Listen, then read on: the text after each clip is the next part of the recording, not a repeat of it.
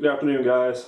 This is my first legitimate video, so please bear with me. I'm definitely new to all of this, even though I grew up in the era of everything's online. Definitely not that type of person. Trying to be, though. This is my like 02, 03 LQ4 that we pulled out of the junkyard about a year and a half, 2 years ago for the Saab 97X. Unfortunately, that is in desperate need of an engine. Dreaded lifter failure as well as low oil pressure on startup. So this is what we pulled to eventually swap it. I was hoping to do this about a year and a half ago when we pulled this engine out, but unfortunately life got in the way, as it always does, and here we are. Either way, so basically today's video, we're just going to be tearing this down and looking at what's good, what's not good. Basically, even though I'm sending this to the machine shop anyways, because we do plan on boosting it, I just kind of want to make a video about how you could determine if you could just do a cheap, quick and dirty rebuild in your garage, or if you've got to send your stuff off to the machine shop if you plan on doing an LS swap, or just you've got problems in general on your LS. So we'll get into it. So I've already pulled the push rods out of this. I pressure washed it like forever ago now, basically, so it wasn't just a giant mess in the garage, even though it's a mess everywhere. Either way, it doesn't matter. So the push rods are already out of this guy, and of course all the rockers are already loose. So basically what we're going to do is we're going to pull the heads off, kind of look at the heads a little bit. We'll go into those a little bit later. Basically right now I just want to get this whole thing torn down to everything, basically just a bare block, and then we'll kind of go over the details after we get everything torn apart, take measurements, all that fun stuff, and go from there.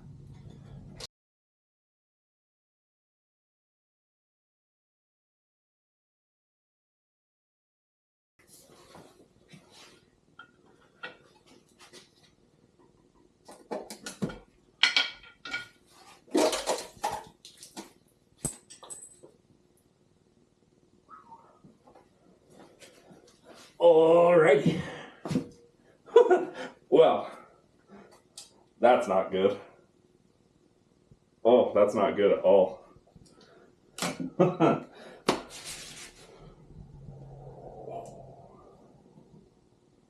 Nice. Alright guys, well, let me get you in here and show you what we're looking at. As you can see, not good at all. Apparently this had head gasket problems, which explains why there was no body damage on the vehicle that we pulled it out of. I kind of just pulled it out. Obviously, this is the LQ4 6-liter, so it was kind of hit or miss on if we could actually get one out of the junkyard or not. But yeah, this is going to be a fun one, unfortunately. So yeah, you're already at this stage. Definitely needs to go to the machine shop regardless. But anyways, we're going to continue to go on, see how bad this actually is, and go from there. Wow, this just got a little bit more expensive. So usually what happens when you have a head gasket issue, in this case a severe head gasket issue, you're pushing coolant into your cylinders, obviously, which this is exactly what had happened. Well, when you let it sit for however many months, years, days, hours, lifetimes, it of course breaks down the cylinder walls, and there is some significant corrosion, to say the least. So even though we'll have to take measurements, we'll take measurements later, and I'll show you guys how to do that. But yeah, I highly doubt you could take care of that with a ball hone. This thing sat obviously in my garage for the last year and a half with water in the cylinders, and however long it sat at the junkyard and before whoever took it to the junkyard. So we have no idea how long it sat with water in the cylinders. So yeah, we'll get into that.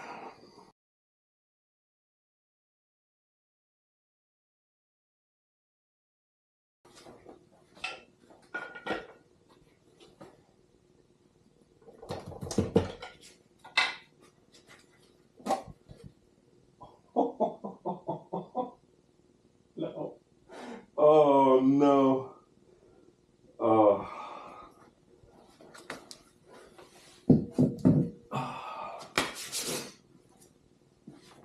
This is bad, guys. This is bad. Oh my lord, this is bad.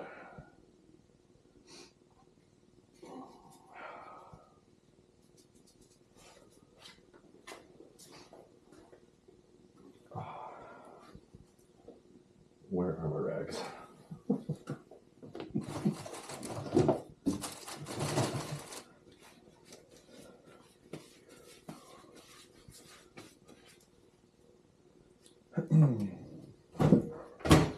Where's my light? So I get you guys in here. So this is what we're dealing with. I now am very suspicious in saying that this was a flood engine or a flood car, because there's no way. I mean, your head gaskets on both sides this severe is very, very unlikely, which would explain why there was no body damage on the vehicle that we pulled it out of. So there's that. Or it sat without an intake on it for a very long time outside before somebody took it to the junkyard. Either way, yeah, it's pretty bad. A lot of this stuff will probably come off by scraping it, but it's already gotten into the cylinder walls, so it's more than likely going to have to get punched out. If you could fix that with a ball hone, I would be very surprised.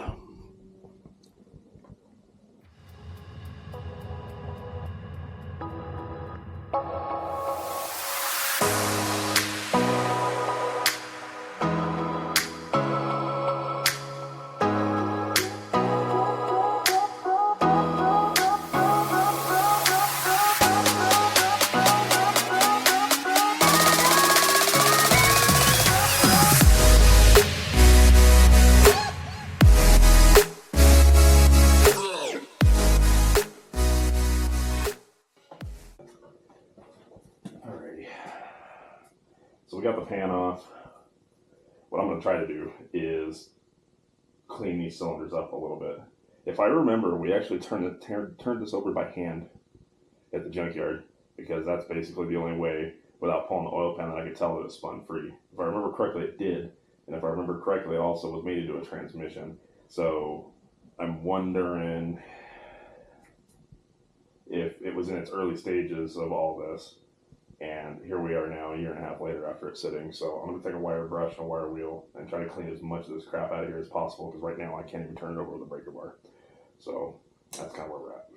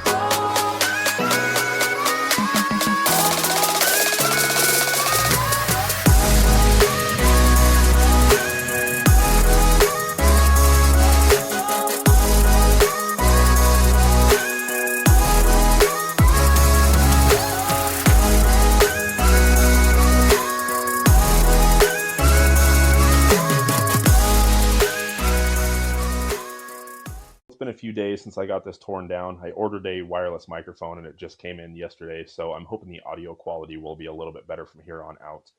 Where we left off on this was I ended up having to remove the pistons with a hammer. That's how seized they were in the cylinder. I do not recommend using a wire wheel, but unfortunately I had no other option. If your situation is not nearly as severe, I would recommend using a Scotch-Brite pad, something that's not nearly as abrasive, to try to remove that buildup, so that way you can remove the pistons without damaging anything. What we're going to do today is we're going to take our dial caliper and our dial bore gauge, and we're going to see how bad these cylinders really are, and that'll also tell us what size pistons we need to order, so when we send this to the machine shop, they can bore it out to the correct size. Okay, so this is our caliper and this is our dial bore gauge. What we're going to use our caliper for is to set up the dial bore gauge, but first we have to make sure that our caliper is calibrated. What I like to do is use a socket so that way I can make sure that this guy is accurate. You can use a tape measure, you can use a drill bit, it doesn't really matter. Something that is at least a known unit of measure you can use just to make sure that this guy is correct. So this engine was bored out to 4 inches and 5 thousandths from the factory. So after we make sure that our caliper is correct, we're going to set this to 4 inches and 5 thousandths in order to set up our dial bore gauge.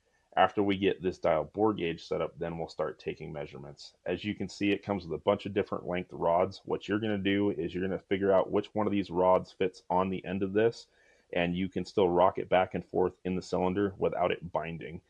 If it binds or anything of that nature, you've got too tight of a rod. If it's not touching the wall very well, where this needle is only moving a couple thousandths, then you know that you've got too short of a rod. So what we're going to do is get this guy set up, and then I'll show you how to do that.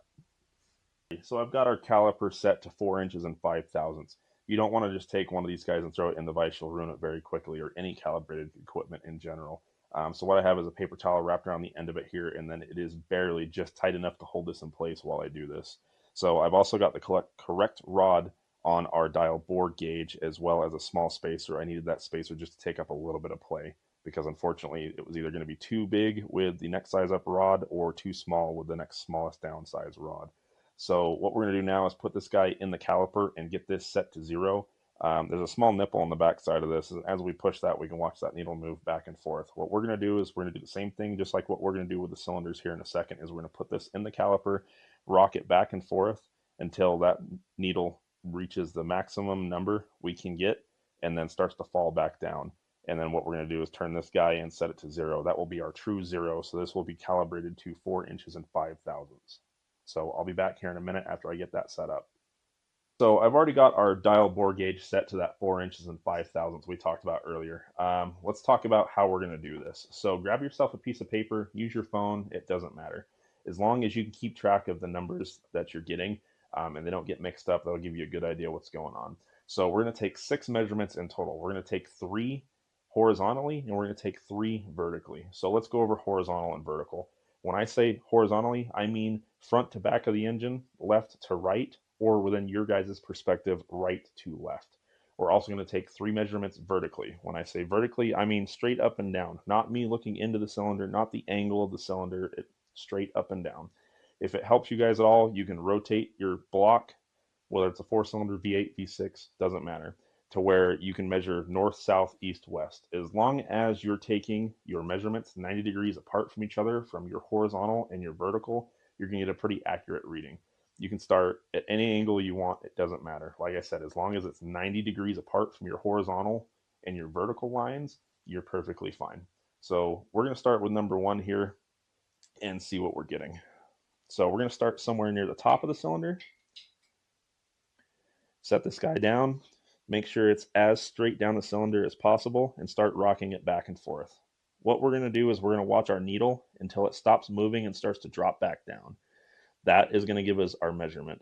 So right now on top of the cylinder, I'm reading about 3.5 thousandths. So I'm going to write that down. 0.003. We're going to go somewhere, whoop, get back here.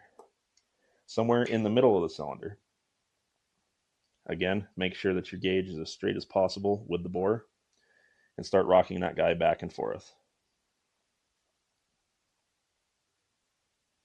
That's between 2 and 3. I'm going to say 2.5. 0.025. And then we're going to go to the bottom of the cylinder. Now, when I say the bottom of the cylinder, I don't mean all the way down at the bottom of the cylinder. You're always going to have more material that extends past your stroke length.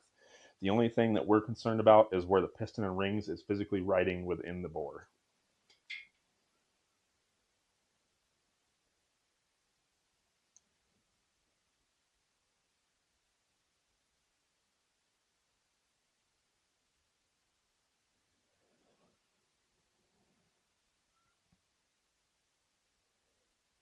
That's about 2 thousandths.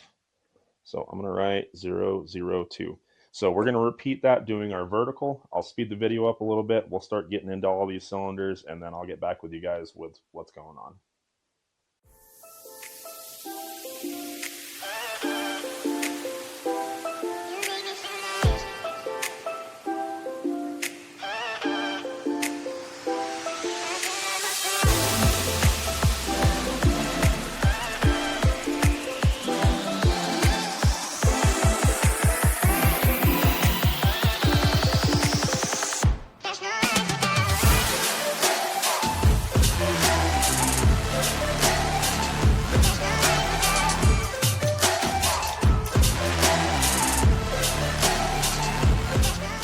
now that we got our measurements, we can get a pretty good idea of what's going on.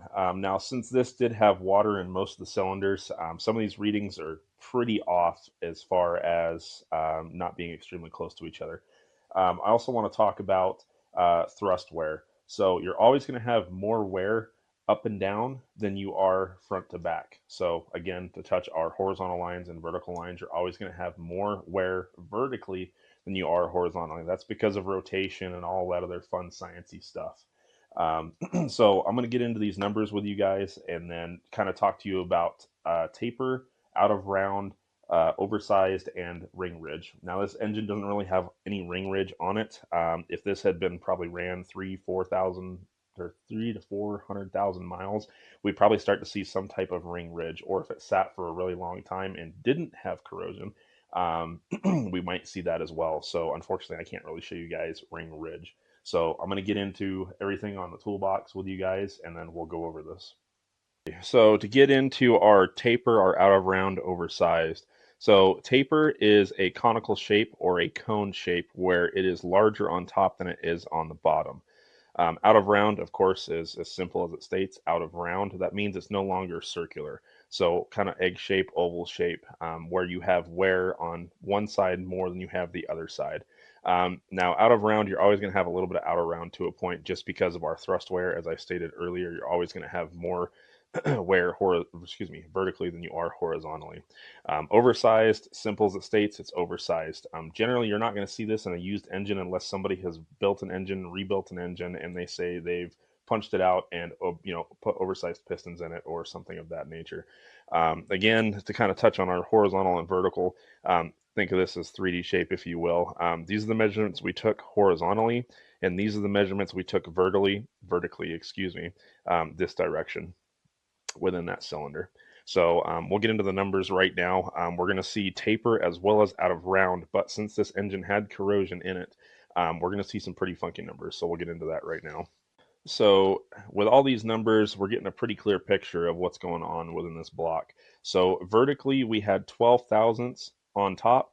In the middle of the cylinder, we had 7 thousandths, and then down at the bottom of the cylinder, we actually gained 2 thousandths, but that's because this was the most corroded cylinder out of all of them. Horizontally, we had 5 thousandths in the top, 3 thousandths in the middle, and then about 2.5 thousandths down at the bottom. So with these numbers, and it's pretty prevalent throughout the entire engine, that we have not only out of round, because like I said earlier, we usually have more wear vertically than we do horizontally. We also have a taper or conical cone shape where it's bigger on top than it is on the bottom. So with these numbers, what we're going to do now is we know we have to have a piston bigger than 12 thousandths. Obviously, the machine shop's probably going to board over a little bit more than that. Usually the standard is usually anywhere between 25 to 30 thousandths for your first next size up piston or next stage piston, 50 thousandths, 75 thousandths, or one over. There's a bunch of different companies out there that make all sorts of crazy different size stuff, so you can go any way you want with this. But since this is our worst number we got out of all of our cylinders, we have to have a piston that's going to be bigger than 12 thousandths. So when we go to order our pistons, we need to keep that in mind. Like I said, usually you're not going to see 1 to 2 thousandths more. Usually it's in that increment of 25, 50, 75, 1. But again, you can go any direction you want. So that's pretty much where we're at. So with all our data we gathered on this, we can obviously tell we're not in a good situation. So to touch on our measurements a little bit is that generally 0 to 5 thousandths, you would be safe with throwing a set of rings on the piston, slapping it back together, and you'd probably be safe for a couple years. Like 5 to 7, 5 to 8 thousandths, you're starting to kind of walk that line of it'll run. It might smoke a little bit, but it would probably still get you to working back. Anything over 8 thousandths, 10 thousandths, 15 thousandths, it's going to smoke pretty severely and it's probably going to run not great. So we're going to send this off to the machine shop, get it punched out 25 to 30 thousandths. I'd have to look and see what the standard is on these guys. Usually the LS platform is a little bit more broad than some of the other engines out there.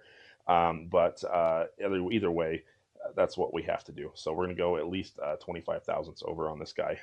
Now you can take this to the machine shop and say, hey, will you bore this out to 25 thousandths?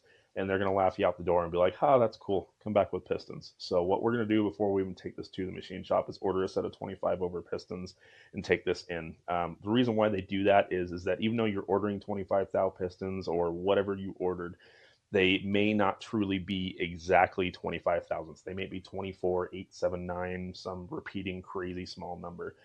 What they're going to do is they're going to take the measurements of those pistons and they're going to bore this guy out to that measurement. So that way it ensures there's no issues whatsoever. So I'm going to get cleaned up for the night. Obviously, get online, start looking at pistons, and then we'll be back in the next video to go over the heads, the crank, and the rods. So thanks for watching, guys.